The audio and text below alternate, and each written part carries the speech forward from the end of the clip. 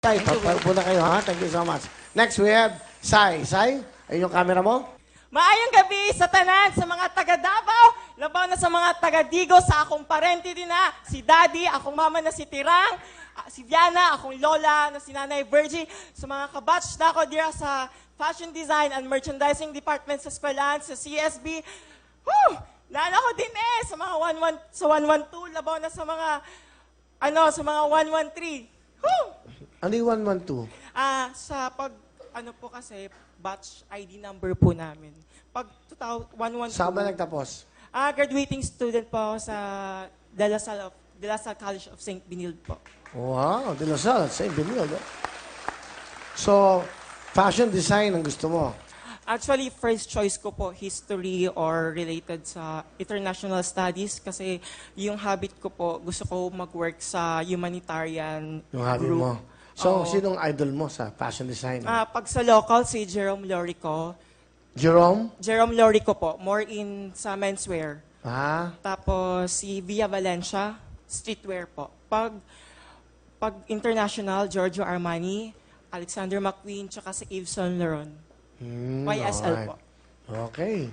So, graduating student ka. Apo. Ito, meron din siyang mga ginawa sa LED. Tingnan natin. Explain mo sa amin yan. Yung una ko pong gawa, inspired sa German. Model yan, model. Sino? Classmate lang din po. Sige.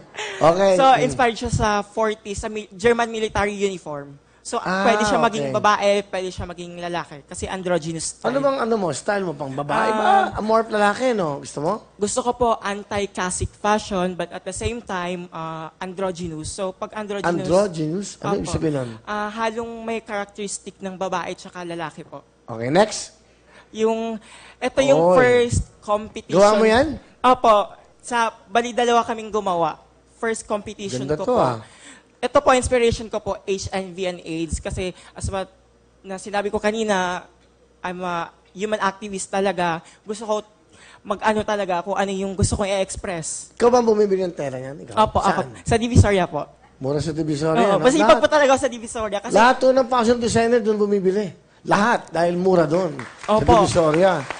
Saka magaganda ang tela, no? opo, tapos nag-textile technique po kami, nag-tie-dyeing. Ano yan? Tie-dyeing. Opo. Ang ganda. So, pinakulo. Tapos Sino kasama mo dyan, nag-design? si Rene Avila po. Ano rin siya? Katulad mo rin? Opo, sa graduate. fashion. Pero nauna silang nag-graduate po. Alright, sige. Malapakan niyo si Sai. Okay yan? Okay, sino kasama mo?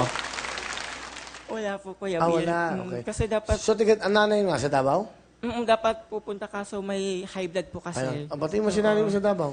Hi, Tirang! Nana ko din Kasi, Will, kanina ang kulit, tawag ng tawag kasi sobrang excited. Sabi ko sa kanya, manood ka na lang dyan.